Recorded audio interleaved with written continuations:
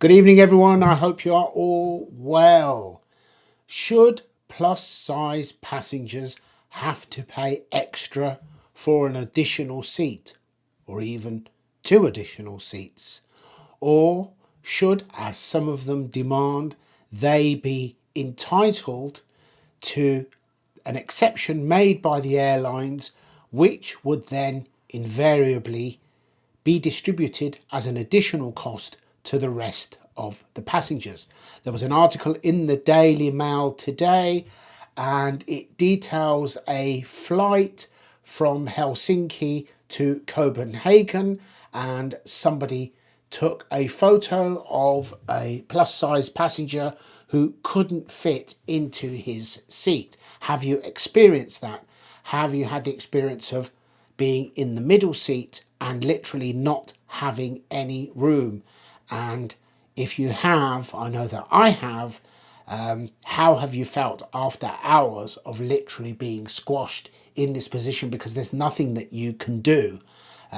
This is becoming an increasing problem as people are generally getting bigger.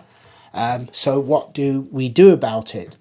There are many on social media who have been pushing the big is beautiful argument. That's obviously up to them. The problem is that with modern airlines, minimal space, there is no allowance for people who are larger than a certain size. And invariably, if they are, they encroach on the adjacent passenger space. Is that right? Is that fair?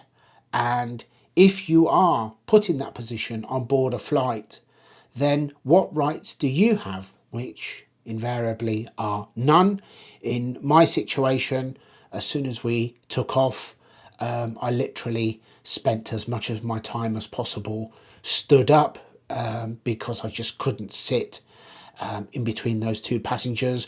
On another couple of occasions, I was on the aisle seat, which is what I normally prefer, where I normally prefer to sit, so I could manage. But still, it's not fair because invariably, because I could literally lean more out from the aisle seat, then this person in the middle was encroaching almost 1/3 into my seat, and there's not much that you can do about them. You can't physically squash them. If they are this wide at the shoulders, what do you do? There's nothing that you can do, and it's a really difficult problem. And anybody who speaks out about it on board a plane is guaranteed to be snapped by some do-gooder on board and then end up being slated all over social media or worse. It's a really difficult situation, and for many people nowadays, the greatest fear is who are they going to end up next to when they get on board a flight. They can come, depending on your how you feel about things. It can be a toss-up between a plus size passenger or a really naughty child with parents who think that their child can do no wrong. You know, the ones who keep kicking your seat and nobody says anything about it. After hours and hours, that can be so infuriating. But then finding yourself squashed for 3 or 4 or 5 hours or more, and then finding that your legs and your arms are numb at the end of the flight. It's not only uncomfortable, unpleasant, but it can even be quite dangerous to your circulation, which can be a threat when you're flying anyway. So that is a big issue. It used to be something that was unique to the US, but it's becoming more and more common in the UK now. I'm just looking for the image now that the Daily Mail had posted. I'll just get this up for you now, because this is really an example of where we are, and ultimately this is a really difficult situation, and something needs to be done about it, because at the end of the day, when you pay for your flight, you don't expect to spend the entire flight being made to feel uncomfortable. So this is the image that was put out on in the Daily Mail today. I haven't had somebody that size next to me, but how do you deal with that? I mean, this guy can't even get into the seat. What do they do? How does it work? What do they do about his seatbelt? Health and safety, I really don't know. And what do the airlines intend to do about this?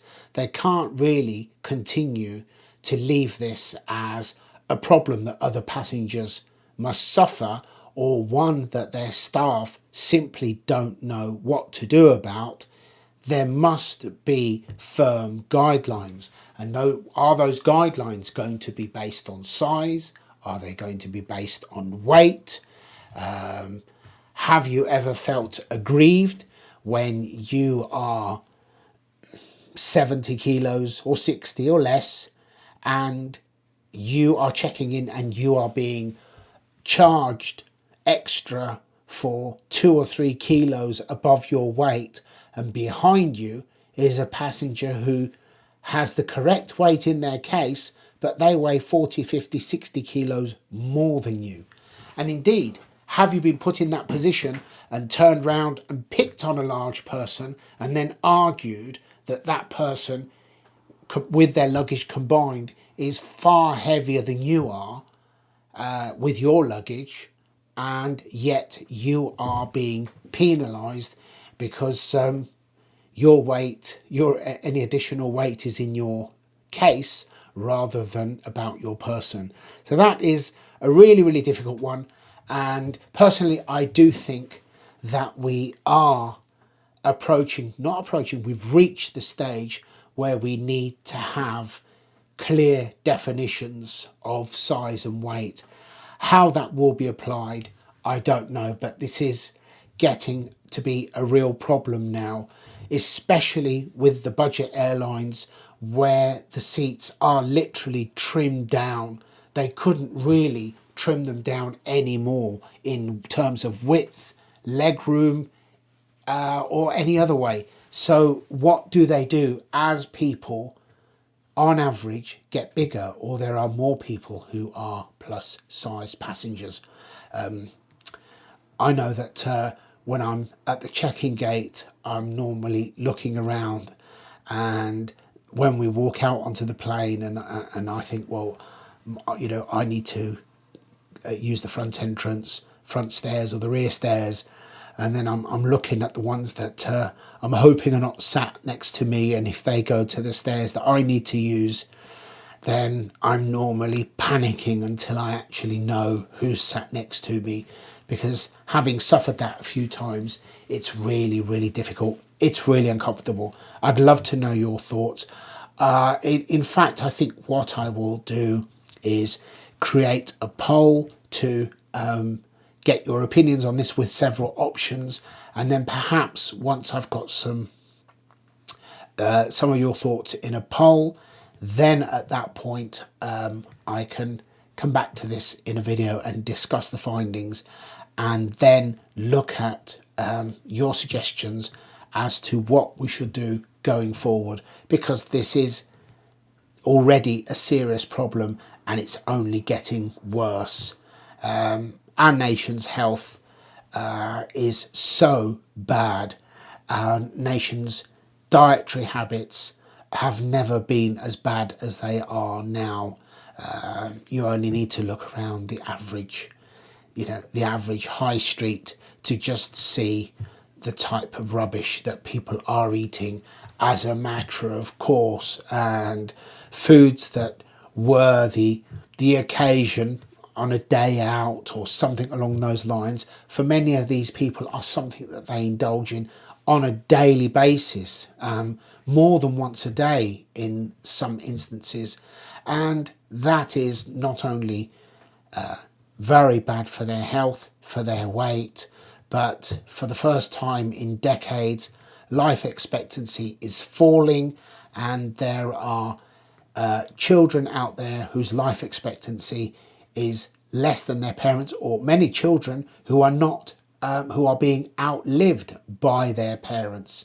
And indeed, talking of YouTubers, there are a handful of YouTubers who had actually gained a massive following in pushing the big is beautiful argument in their streams, and over the last year or two nearly all of them have died very, very young. So this is a serious problem and it's only getting worse. So I don't know what we are going to do about it, but we need to address this, and it needs to be addressed quickly. The airlines cannot keep ducking from this, and at some point there will be a legal case because somebody has suffered as a result of not being able to enjoy the seat space that they paid for, not just to the detriment of their enjoyment of the flight, but possibly causing them physical harm because of the effect on their circulation, because the pressure from two people, if you have two of them, it can be literally horrendous. It's almost like your arms and legs just being strapped and circulation just not working its way around on a flight where your circulation is already stressed. So that's all for now. Won't go on it for too long. Love to hear your thoughts. Please feel free to comment if you're watching this video afterwards, and I will put up a poll somewhere and I'll post it probably on my website, and I'll share it on YouTube as well, or I might even put the poll on here actually, and then we'll look at the data in the future and come back to this. That's all for now. Thank you very much. Bye bye, and I'll see you next time.